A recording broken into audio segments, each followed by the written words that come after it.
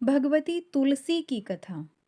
तुलसी से जुड़ी एक कथा बहुत प्रचलित है।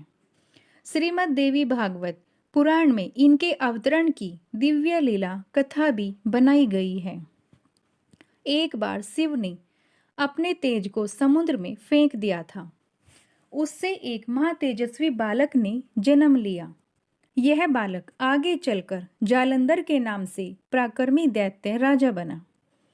इसकी राजधानी का नाम जालंधर नगरी था। दैत्यराज कालनेमी की कन्या वृंदा का विवाह जालंधर से हुआ। जालंधर महाराक्षस था।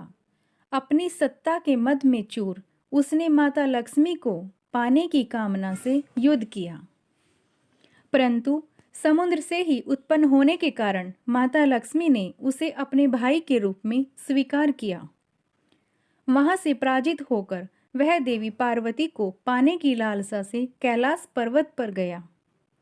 भगवान देवादिदेव शिव का ही रूप धरकर माता पार्वती के समीप गया, परंतु मां ने अपने योग बल से उसे तुरंत पहचान लिया और वहां से अंतर्ध्यान हो गई।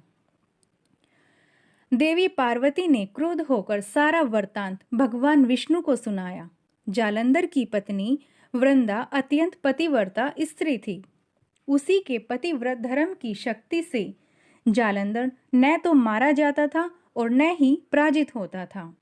इसलिए जालंधर का नाश करने के लिए वृंदा के पतिव्रत धर्म को भंग करना बहुत जरूरी था।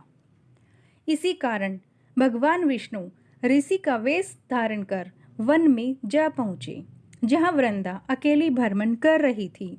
भगवान के साथ दो मायावी राक्षस भी थे, जिन्हें देखकर वृंदा भयभीत हो गई। ऋषि ने वृंदा के सामने पल में दोनों को भस्म कर दिया। उनकी शक्ति देखकर वृंदा ने कैलाश पर्वत पर महादेव के साथ युद्ध कर रहे अपने पति के जालंधर के बारे में पूछा। ऋषि ने अपने माया जाल से दो वानर प्रकट किए। एक वानर के हाथ में जालंधर का सिर था तथा दूसरे के हाथ में धड़। अपने पति की यह दशा देखकर वृंदा मूर्छित होकर गिर पड़ी। होश में आने पर उन्होंने ऋषि रूपी भगवान से विनती की उसके पति को जीवित करें। भगवान ने अपनी माया से पुनः जालंधर का सिर धड़ से जोड़ दिया, परंतु स्वयं भी वह उसी शरीर में प्रवेश कर गए। वृंदा को इस छल का जरा अभ्यास न हुआ। जालंधर बने भगवान के साथ वृंदा पतिव्रता का व्यवहार करने लगी, जिससे उसका सतीत्व भंग हो गया। ऐसा होते हुए वृंदा का पति जालंधर युद्ध से हार गया।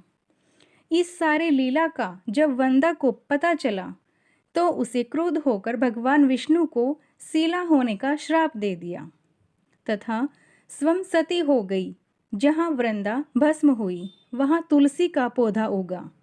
भगवान विष्णु ने वृंदा से कहा, हे वृंदा, तुम अपने सतीत्व के कारण मुझे लक्ष्मी से भी अधिक प्रिय हो गई हो। अब तुम तुलसी के रूप में सदा मेरे साथ रहोगी।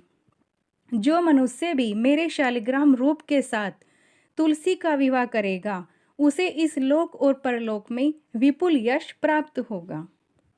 जिस घर में तुलसी होती है वहां यम के दूत भी असमय नहीं जा सकते। गंगा व नर्मदा के जल में स्नान तथा तुलसी का पूजन बराबर माना जाता है। चाहे मनुष्य कितना भी पापी क्यों न हो, मृत्यु के समय जिसके प्राण मंजरी रहित तुलसी और गंगा जल मुख में रखकर निकल जाते हैं, उससे मुक्त होकर बैकुंठ धाम को प्राप्त होता है। जो वह पापों मनुष्य तुलसी व आंवलों की छाया में अपने पितरों को श्राद्ध करता है, उसके पितर मोक्ष को प्राप्त हो जाते हैं। उसी दैत्य जालंधर की यह भूमि जालंधर नाम से प्रसिद्ध है। सती वृंदा का मंदिर मोहल्ला कोट किशनचंद में स्थित है। कहते हैं इस स्थान पर एक प्राचीन गुफा थी जो सीधी हरिद्वार तक जाती थी। सच्चे मन से 40 दिन तक सती वृंदा देवी के मंदिर में पूजा करने से भी सभी मनोरथ पूर्ण हो जाते हैं। तो दोस्तों, आपको ये कथा कैसी लगी हमें कमेंट कर जरूर बताइएगा। और अगर आप हमारे चैनल पर नए हैं तो आप हमारे चैनल हिंदी स्टोरीज को लाइक, शेयर और सब्सक्राइब जरूर कीजिएगा। फिर मिलते हैं ऐसी ही एक नई कथा के साथ। तब तक के लिए धन्यवाद। Thanks for watching. बाय।